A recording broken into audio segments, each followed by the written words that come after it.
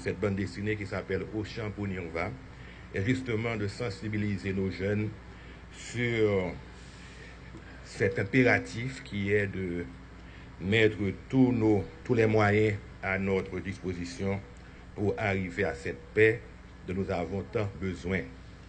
Il y a tant de choses à faire chez nous. Je pense qu'il est important que nous mettions nos forces en commun pour que nous puissions pacifier ce pays et finalement arriver à faire quelque chose de bien avec cette terre que nous aimons tous.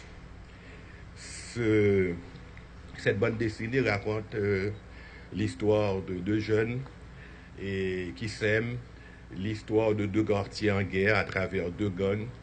Et cette bande dessinée parle justement de la problématique du chômage, de la misère, la problématique de l'éducation en Haïti, de la santé. Bref, c'est presque une photographie de tout ce qui se passe dans nos quartiers populaires.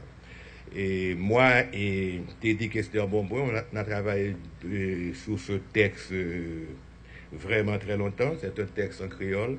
Les dessins de Teddy sont, je trouve, tout à fait extraordinaires. Et c'est une bande dessinée, nous en sommes certains, qui va plaire à nos jeunes et qui aura certainement, je pense, un grand impact sur leur vie. J'espère simplement que cette bande dessinée sera vraiment disponible pour nos jeunes. Il y a plein de bibliothèques maintenant dans nos quartiers défavorisés et il faudra faire tout notre possible pour que cette bande dessinée soit entre les mains de nos jeunes. Moi, je suis vraiment très fier d'être ici aujourd'hui parce que j'ai été professeur à l'Académie militaire d'Haïti. Donc, d'être ici après toutes ces années, c'est pour moi vraiment une grande émotion. Donc, je salue vraiment tout le staff de la police nationale d'Haïti qui est ici présent. Et je les complimente pour le travail extraordinaire qu'ils réalisent pour pacifier nos cités, pour pacifier notre pays. Dans le but de célébrer la paix que nous rêvons pour ce pays meurtri par des luttes sans grandeur, dans le souci de perpétuer la mémoire et le souvenir des filles et fils du pays tombés sous les balles assassines de forcenés et d'individus sans foi ni loi, dans le souci de symboliser, immortaliser et sceller la bonne collaboration entre la MINUSTA et la PNH pendant 13 ans, une statue est érigée et implémentée ici. Elle est baptisée Statue de la paix. Comme vous pouvez le constater, elle est faite de métal, pas de ferraille rassemblée au gré des déchets de fer éparpillés ici et là, mais de carcasses et de résidus métalliques d'armes ayant servi en majorité pour attaquer d'honnêtes citoyennes et citoyens et leur donner la mort la plupart du temps sans justification aucune. Dieu seul sait combien de policiers il y avait parmi eux. C'est au nom de ses frères et de ses sœurs, policiers et non policiers, qui sont passés à l'Orient éternel de façon plutôt prématurée, que je souhaite à tous et à chacun la plus cordiale bienvenue.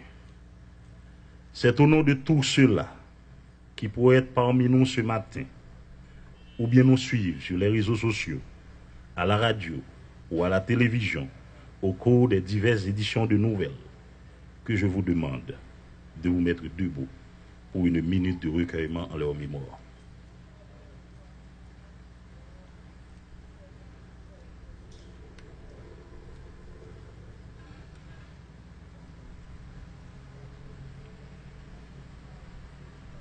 Merci.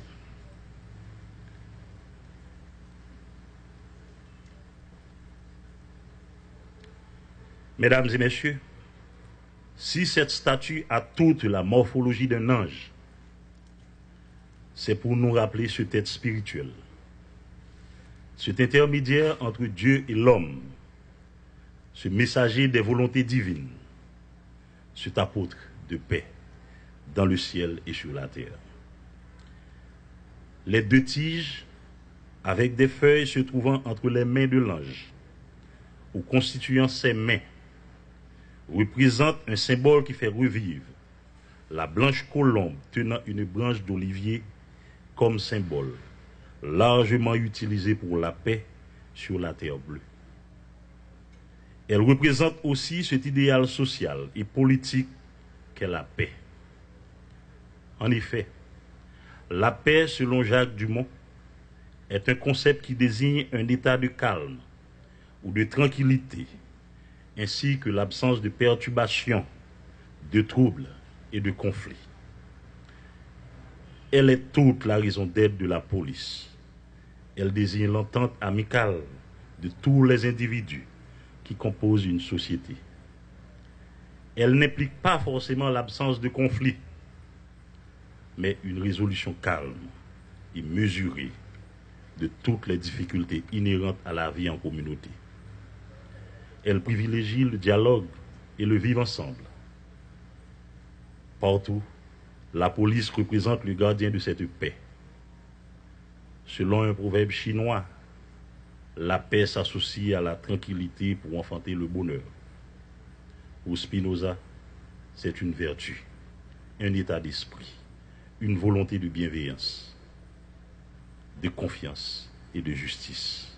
Les Nations Unies procèdent ce jour à l'inauguration de la statue pour la paix et au lancement, comme nous avons entendu, de la bande dessinée Au chant pour Niva. Et par cette cérémonie, nous entendons remplir d'une part un devoir symbolique dans le continuum de la commémoration de la Journée internationale de la paix, célébrée le 21 septembre dernier, et d'autre part rendre un hommage appuyé et encourager les efforts déployés par les Haïtiens et les Haïtiennes avec le soutien de la communauté internationale pour la promotion de la paix, le renforcement des institutions et de la stabilité, ainsi que le respect de l'état de droit et la protection des droits de l'homme en général et en particulier la lutte contre la violence.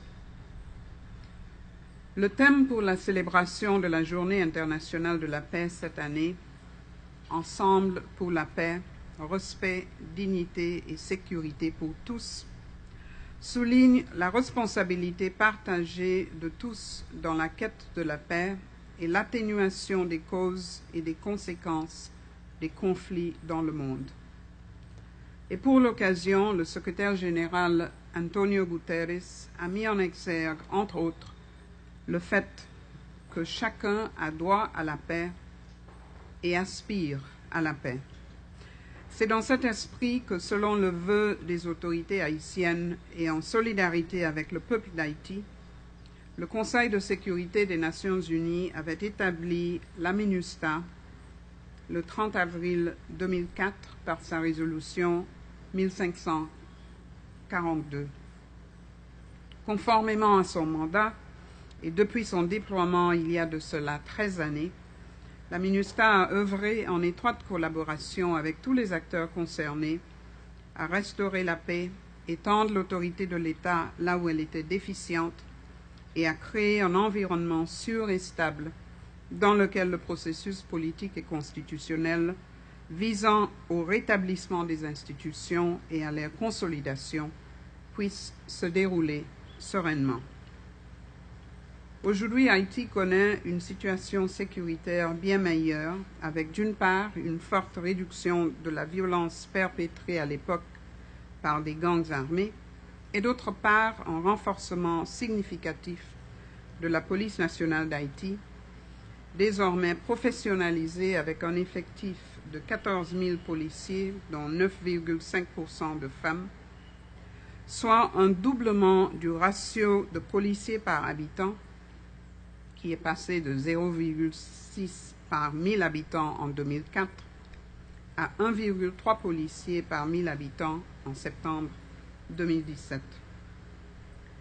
La police nationale désormais démontre pleinement sa capacité accrue à planifier et à exécuter des opérations complexes, y inclut la sécurisation des élections et le maintien de l'ordre, tout en accomplissant ses tâches de routine pour la sécurité publique et la lutte contre le crime.